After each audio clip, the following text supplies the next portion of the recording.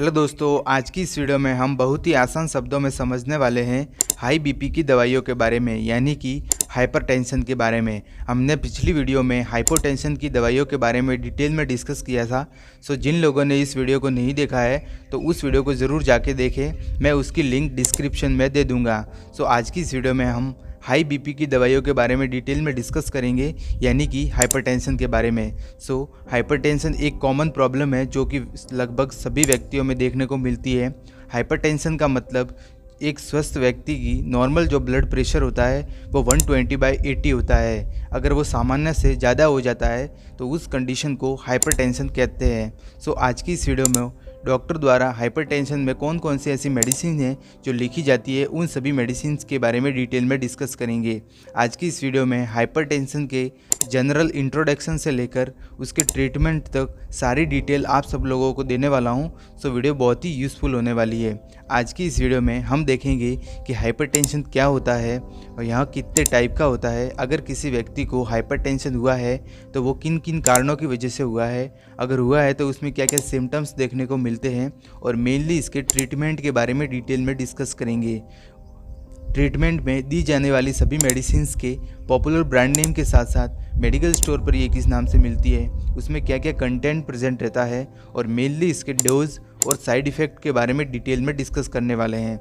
So video बहुत ही useful होने वाली है ऑल द मेडिकल स्टूडेंट जो कि क्लिनिक पे वर्क करते हैं या फिर हॉस्पिटल में काम करते हैं या फिर जो नर्सिंग स्टाफ है या फिर पैरामेडिकल स्टाफ है, इन सभी के लिए बहुत ही यूज़फुल होने वाली है। सो वीडियो को आगे बढ़ने से पहले प्लीज़ लाइक कर दीजिएगा।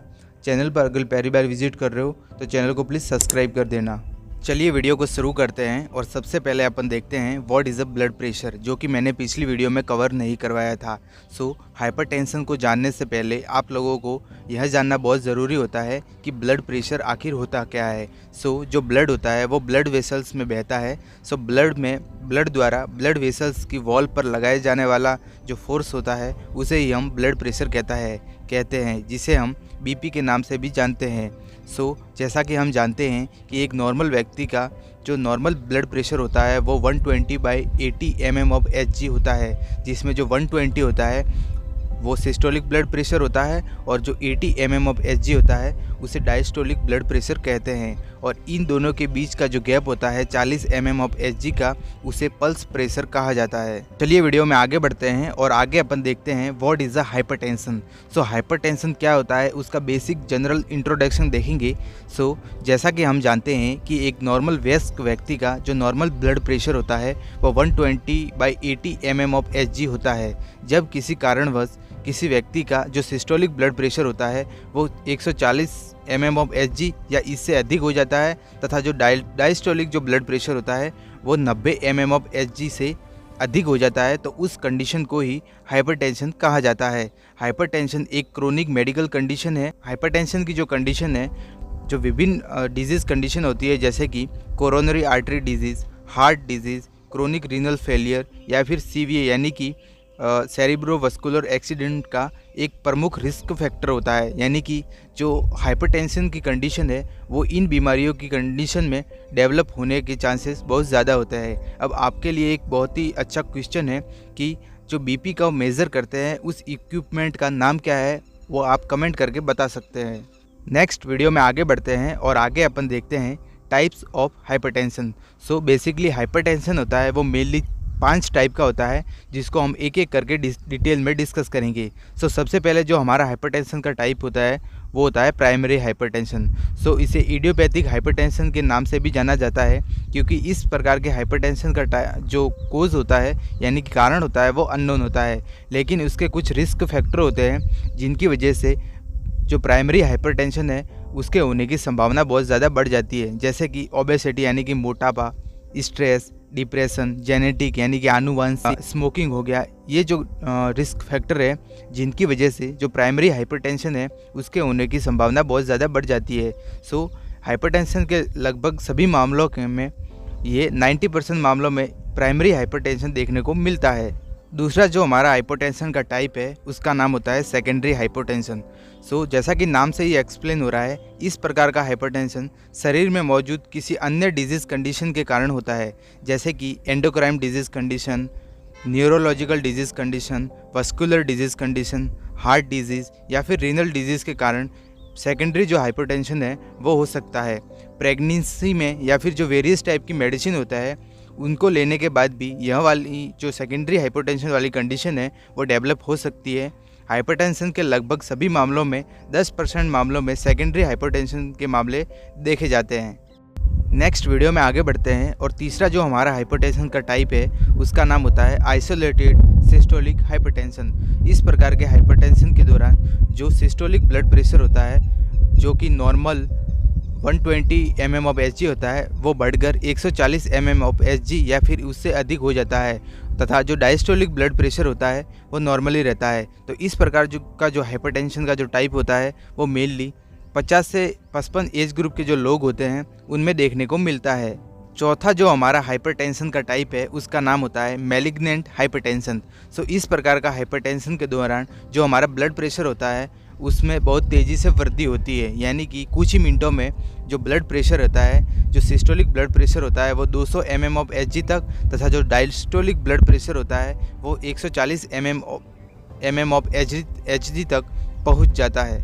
पांचवा जो हमारा हाइपरटेंशन का टाइप है उसका नाम रहता है वाइट कोट हाइपरटेंशन। जैसा कि हम नाम से ही एक्सप्लेन कर सकते हैं कि इसे वाइट कोट हाइपरटेंशन के नाम से भी जाना जाता है। इस प्रकार के हाइपरटेंशन के दौरान जो पेशेंट का ब्लड प्रेशर रहता है वो सामान्य स्थिति में नॉर्मली, लेकिन जब कोई वाइट कोट वाला यानी कि डॉक्टर या फिर अन्य कोई हेल्थ वर्कर उसका बीपी मेज़र करता है तो उस कंडीशन में उसका जो ब्लड प्रेशर है वो नॉर्मल से अब नॉर्मल कंडीशन में आ जाता है। आगे हम इसके कोजेस और सिम्टम्स के बारे में डिटेल में डिस्कस करेंगे। नेक्स्ट वीडियो में आगे बढ़ते हैं और आगे अपन देखते हैं कोजेस ऑफ हाइपरटेंशन, यानी कि ऐसे कौन कौन से कारण और रिस्क फैक्टर होते हैं जिनकी वजह से हाइपरटेंशन का खतरा बहुत ज़्यादा बढ़ जाता है। जैसा कि हमने स्टार्टिंग में ही देखा है कि जो प्राइमरी हाइपरटेंशन होता है उसे इडियोपैथिक हाइपरटेंशन के नाम से भी जानते हैं क्योंकि उसका एग्जैक्ट कोज अननोन होता है। तो उसके कुछ रिस्क फैक्टर होते हैं जिसकी वजह से प्राइमरी हाइपरटेंशन हो सकता है, जैसे कि एडवांस एज यानी कि बढ़ती हुई उम्र,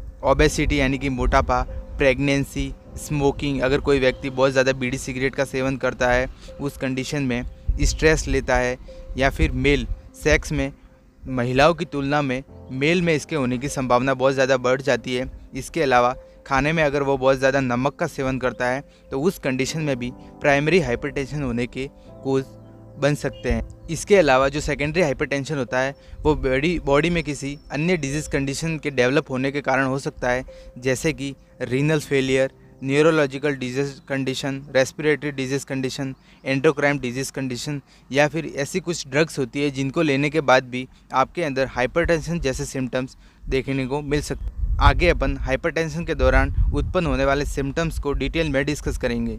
नेक्स्ट वीडियो में आगे बढ़ते हैं और आगे अपन देखते हैं सिम्टम्स ऑफ द हाइपरटेंशन, यानी कि हाइपरटेंशन के दौरान पेशेंट के अंदर क्या क्या सिम्टम्स अराइज होते हैं उसके बारे में देखते हैं।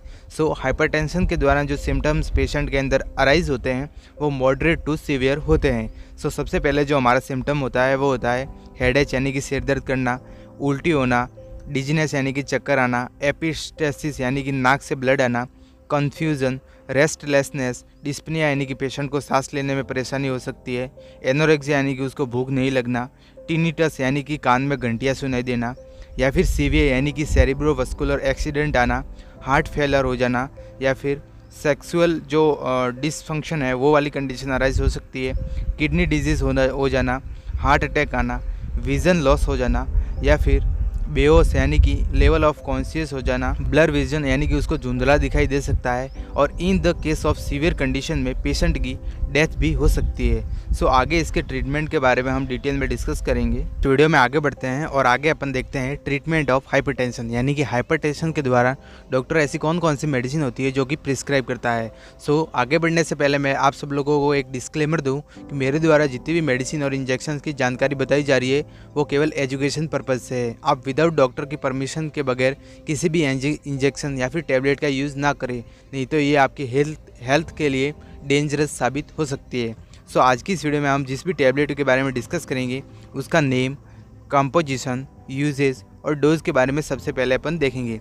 सबसे पहले जो हमारी टैबलेट है जो कि हाइपरटेंशन को ट्रीट करने के लिए दी जाती है उसका नाम होता है 8N25 टैबलेट। आप इमेज में देख सकते हो A1025 के नाम से मिल जाती है और ये इसका मोस्ट पॉपुलर ब्रांड नेम भी है। बात करें इसमें कंपोजिशन के बारे में तो इसमें 1 ड्रग का कॉम्बिनेशन होता है और जो ड्रग होती है वो होती है एटेनालॉल ड्रग प्रेजेंट रहती है। इस टैबलेट का use basically high blood pressure को कम करने यानी कि ब्लड प्रेशर को नॉर्मल रखने के लिए, इसके अलावा डिसरिथमिया की कंडीशन में या फिर एंजाइना पेक्टोरिस जो हार्ट से रिलेटेड डिजीज कंडीशन है जिसमें पेशेंट के अंदर सीवियर चेस्ट पेन देखने को मिलता है, तो उस कंडीशन को सही करने के लिए इस टैबलेट का यूज़ किया जाता है।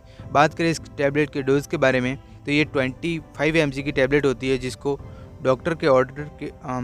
डॉक्टर के प्रिस्क्राइब के अनुसार ओडी में यानी कि दिन में एक बार डेली इस टैबलेट को लेना होता है। नेक्स्ट हमारी जो टैबलेट है जिसका यूज़ हाइपरटेंशन जैसी कंडीशन को ट्रीट करने के लिए किया जाता है, उसका नाम होता है लोटार्सस 50 टैबलेट। आप इमेज में देख सकते हो लोटार्सस 50 के नाम से ये मिल जाती है, जो कि इंटास कंपनी द्वारा इस टैबलेट को बनाया जाता है।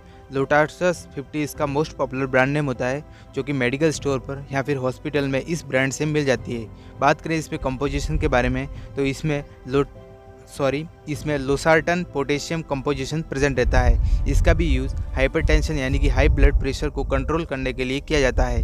50 mg की ये टैबलेट होती है जिसको according to doctor order OD में या फिर बीडी यानी कि दिन में एक बार या फिर दिन में 2 बार इस टैबलेट को लेने की सलाह दी जाती है। नेक्स्ट हमारी जो टैबलेट है उसका नाम होता है निकार्डिया रिटायर्ड 20 टैबलेट। आप इमेज में देख सकते हो निकार्डिया रिटायर्ड 20 टैबलेट के नाम से मिल जाती है और ये इसका मोस्ट पॉपुलर ब्रांड नेम भी है। इसमें बात करें कंपोजिशन के बारे में तो इसमें निफेडिपिन सस्टेंशन रिलीज इसमें 20 mg में प्रेजेंट रहता है और इस टैबलेट का यूज़ भी हाई ब्लड प्रेशर यानी कि हाइपरटेंशन जैसी कंडीशन को कंट्रोल करने के लिए किया जाता है। ये 20 mg की टैबलेट होती है जिसको according to doctor order OD में या फिर डेली एक बार इस टैबलेट को लेने की सलाह दी जाती है। नेक्स्ट वीडियो में आगे बढ़ते हैं और आगे अपन देखते हैं जितनी भी हमने आगे टैबलेट के बारे में डिस्कस किया है, अगर उस टैबलेट को लेने के बाद भी पेशेंट के सिम्टम्स की जो सीवियरिटी है वो अगर कम नहीं हुई है तो उस कंडीशन में हम जिन टैबलेट का यूज़ करते हैं वो होती है बीटा एड्रेनर्जिक ब्लॉकर। ये जो ड्रग होती है वो पेरिफेरल वस्कुलर रेजिडेंस को कम करती है तथा जो ब्लड प्रेशर होता है उसको नॉर्मल बनाए रखने में मदद करती है। इन टैबलेट के एग्जाम्पल के बारे में देखें तो एटेनालॉल, मेटोप्रोलोल या फिर प्रोप्रानालोल टैबलेट जो होती है, इन टैबलेट का यूज़ किया जाता है। नेक्स्ट वीडियो में आगे बढ़ते हैं और आगे अपन देखेंगे कि अगर पेशेंट को बीटा एड्रेनर्जिक ब्लॉकर टैबलेट से भी कोई आराम नहीं मिल रहा है तो उस कंडीशन में हम पेशेंट को डायूरेटिक थेरेपी देते हैं, यानी कि ऐसी ड्रग्स जो कि रीनल ट्यूबुल्स में या फिर सोडियम में वाटर और सोडियम का एक्सक्रेशन बढ़ा देती है, जिसके कारण पेशेंट के अंदर सिम्टम्स की जो सीवियरिटी होती है वो कम हो जाती है। तो उसके एग्जाम्पल के बारे में देखें तो फ्रूसेमाइड, बुमेटामाइड, ये जो ऑस्मेटिक डायूरेटिक्स होती है उसको पेशेंट को दी जाती है। नोट यहाँ पर ध्यान रखने वाली ये बात होती है कि जो पेशेंट अस्थमेटिक होता है उस कंडीशन में उसको बीटा ब्लॉकर जो ड्रग होती है इसका यूज़ नहीं किया जाता है। वीडियो में आगे बढ़ते हैं और आगे अपन देखेंगे कुछ इंस्ट्रक्शंस के बारे में जिसको जो हाइपरटेंशन जैसी कंडीशन होती है उसको ठीक किया जा सकता है, जैसे कि रेगुलर एक्सरसाइज तथा योग करने की पेशेंट को सलाह दे। ओबेसिटी, अगर पेशेंट ओबेस है यानी कि मोटापा है तो उसको मोटापा कम करने की सलाह दे। माइंड को रिलैक्स रखें। पेशेंट को बोलें कि स्मोकिंग प्लस अल्कोहल दोनों को अवॉइड करें। खाने में अधिक मसालेदार या फिर जो फैटी भोजन होता है उसको अवॉइड करना चाहिए। सो गाइज, उम्मीद करता हूँ मैंने जितनी भी हाइपरटेंशन के ट्रीटमेंट के बारे में या फिर हाइपरटेंशन के इंट्रोडक्शन से लेकर ट्रीटमेंट तक जितनी भी आपको जानकारी प्रोवाइड की है वो आपको समझ में आई होगी। वीडियो अगर पसंद आई है तो वीडियो को लाइक कर देना। चैनल पर अगर पहली बार विजिट किए हो तो चैनल को प्लीज़ सब्सक्राइब कर देना। हम मिलते हैं किसी न्यू और एजुकेशन वीडियो में, तब तक के लिए जय हिंद, जय भारत।